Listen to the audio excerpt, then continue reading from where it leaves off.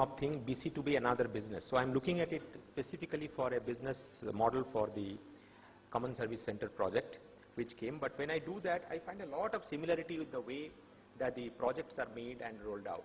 And in the morning, some of the unique things which happened was, I found 2-3 trends which is very visible. One is the trend of the bankers who look at this as an extension of a reach or a sales reach or reaching out to the consumers.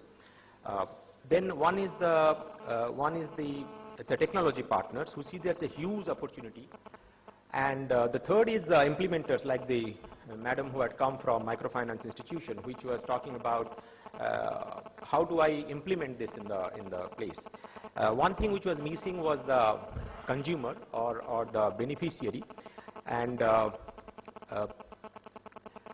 possibly in this particular market, sometimes the beneficiary is the rural citizen who gets the benefits.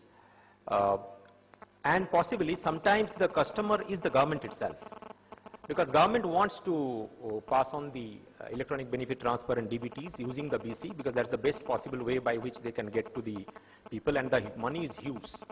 So as a marketing man, when I used to see at there, when we got into this, in fact, when I joined this company for the Common Service Center, we had a very unique situation. Like you have in BC, you have to open accounts, and you are not sure whether after you open the account, the guy will come and do business or not. Because he doesn't need to open an account. You tell him that you need an account. He says, why do I need an account? No, you need an account because you are unbanked. Now, why am I unbanked? Do not ask me. You are unbanked, so you have to be open an account. So we open accounts. That's one part. Same thing happened. In the CSC program also, government said we have got so many certificates which I have to give. Give to whom? Give to the rural citizen. So you need to open a shop, and these certificates will come and you will deliver. And the pricing will decide. Apart from that, in that shop, everything else you do. So first thing as a marketing person you ask is that what does the customer need in a village? So we thought that the first thing that the customer needs in the village is credit. The money lender used to be the most important person in a village economy. So we said, why can't we become banking correspondent? Right in 2007. But somehow the arms were different. One was DIT and another was MOS. And it didn't happen somehow. The BCs were never a part. Then it took about 2.5 years time. It was one of the business model. I said, chalo, chalte hain. Lekin, in the Common Service Center project, why I'm explaining this to you is to bring out a perspective of the consumer or the customer who gets benefited by this. Because unless he is excited, whatever you do, it will not work. Can people over here raise their hand? How many actually do mobile banking and not net banking? In Delhi, in Eros Hotel, there are 3 hands out of 100. 3% is the penetration of a service which has started sometimes at least 5 years back, with connectivity being good. So what happens is that customers need A, B, how do you take to adapt? How does it adapt to the service? And number 3 is that then how does the ecosystem develop? These are the 3 parts which is involved. So in the CSC system also, we thought it was very good. We launched into the project and we found out the product was not there. We made the system, we made the entire thing, we set up the shop, government funded us for that, but the product was not ready. The digitized product was not ready. So the customer asked us, the agent asked us, that is the first point my previous esteemed speaker talked about, that first point is what is the product. If you don't have a product, you set up everything, it doesn't work. So first thing was the product. In this case also, if I show you a slide on the, I as a marketeer, I was only thinking, in fact, I asked one of the banking, see, this is the total money that only comes to the government by DBT or the EBT. Aapka paisa, aapke haath, which is the Congress plan in terms of transfer, 3,95,000 crores. Divide this by the number of BC points that you're going to have. I am cancelling the urban poor. Let us not talk about the urban poor, I'm only talking about rural citizens. 6,46,000 villages. The first thing which strikes to you, this is government, this is the money government wants to give. 17 banks, 90% of the BCs are with the 17 banks which are controlled by government. Why don't both of them cannot marry? Now I have a block, I have got 5 BCs in that block. 2 belongs to one bank, 2 belongs to another bank, and 1 belongs to the third bank. Now the electronic benefit transfer comes to 2 BCs of one bank, then other 3 doesn't get it. Now this man said, what mistake I did? Why shouldn't I get? Now the entire ecosystem of delivery of this particular product takes place in a very different manner when it comes to field. So that is why the gentleman in the morning also was saying in India, we have a lot of ideas. We do not need to learn from Steve Jobs and Mr. Ford. I come from an organization known as Amul, which Dr. Kurian set up. He was told exactly the same thing. You cannot manufacture milk powder from buffalo milk, period. So, Mr. Kurian, you have to call Nestle here, and Nestle will teach you how to make the milk. And today is perhaps in India, Amul is the biggest, 3 times Nestle's size, and perhaps one of the conglomerates with 13,000 crore turnover. Because India developed liquid powder from buffalo milk. The first country in the world, our own scientists. So what we need to learn from here is the implementation woes that we have got and not technology. Technology is an enabler. It will enable you to give certain services and facilities in a manner which is secure and which protects the banks, it protects the government, it protects the citizen. But what is more important is the implementation challenges that we face in the, today we have got about 395 of CBI, Central Bank of India, which we started. It took us almost 1 year to learn the tricks of the trade. It is easy to say that you should train, but training, financial literacy training is not an easy thing. Now, people say that you have got a e-learning platform. Why don't you give this to the e-learning module? Why don't you stream? Why don't you stream the guy every day 1 hour in the morning that how does he train people on, it's all very well said. It doesn't take place on that. It just doesn't work. Just doesn't work. Ask someone to be, how many of us even use today e-learning as a medium of education? In any case, we want adoption. So we went there and it took us almost 6 months to 8 months time to take these people on board, and all these 400 points are doing very well. Second step when we went, the recent ones which we have appointed, we are going through our own woes. We don't blame the banks because we know the kind of pressure that the local branch manager, my colleagues from the banks will hold it out. One bank manager with 2 staff, there is a MLA who comes demanding for the payments which has come. His life is miserable. On the top of that, he has to manage 20 BCs which are under him, mapped to him. There are a lot of challenges in this. And in fact, it is nothing to be ashamed about saying that we have got only 20 per CSC transaction. In fact, about a few months, year back, 2 years back, I met a banker. He was saying this BC model has failed. I don't have anything which makes noise. Yeah, so he says that, Sanjay, it is not the number of BCs per bank, it is number of bank per BC. So he said there's so many, but I don't think that's the challenge. The same thing happened in the CSC program. All these are very, very large programs, sir. If you ever have handled large distribution segments, it takes time. It takes time. Unilever says that if someone was to copy Unilever in India, to compete with Unilever, out of the 4 variables that you have to compete with, possibly product is the last one. Their main strength is, first is manpower. Second is distribution. Last comes product. But we think product is the first one. You make a unique product, people will run and jump into your shop. No, sir. The distribution took about 70, 80 years for what Hindustan Lever is today. How do you think that in India? And also, please remember, when you are saying for every 2,000 population you are going to have a bank account, what is the market study? Have you gone ahead and found out? Same thing happened in our case also, CSC. Every Gram Panchayat, one common service center. Was the Gram Panchayat made looking at the market condition? No, no. So how does the CSC make the money? Now, whether it's Arunachal Pradesh or Andhra Pradesh or Delhi, you have the same commercials. Now, how does it work? It just doesn't work. So you will have 20% of the BCs will work very well, 50% of the BCs will be medium, and 30% of the BCs will be always deprived. If in the Sundarbans you have a common service center or a BC, God bless her. Unless you are giving a viability funding for her to survive. We have a CSC over there. We had a problem. It's very easy to say. Best thing is to push the guy. The first thing in a distribution system you do when you don't achieve your target is push the entire thing to the private partner.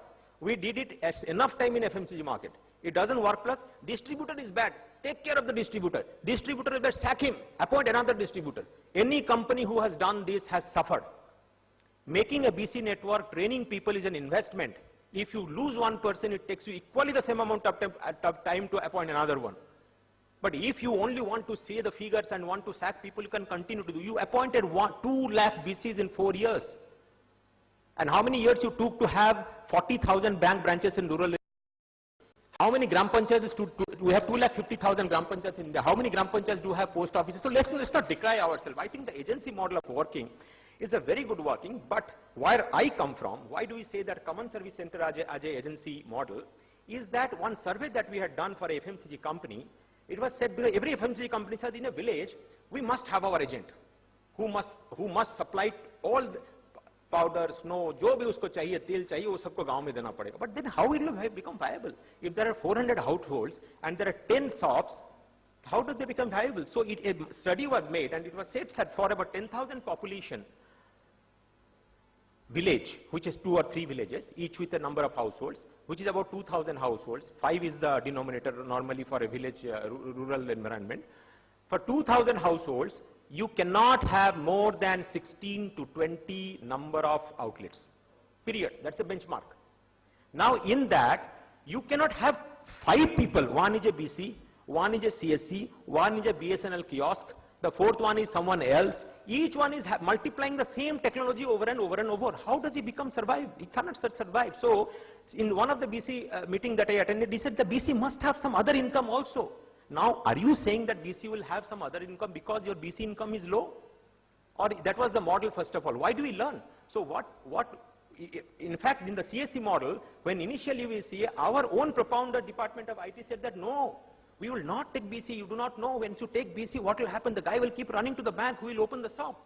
I said, but he's a kiosk model. He sits in the shops and does the business. Why should he run to the bank? He said, no, we will not allow. But then when we did a survey of ourselves, this is the a few slides only I will show you. See, look at this. The G2C services will come and the guy will make enough amount of money. Same structure as BC.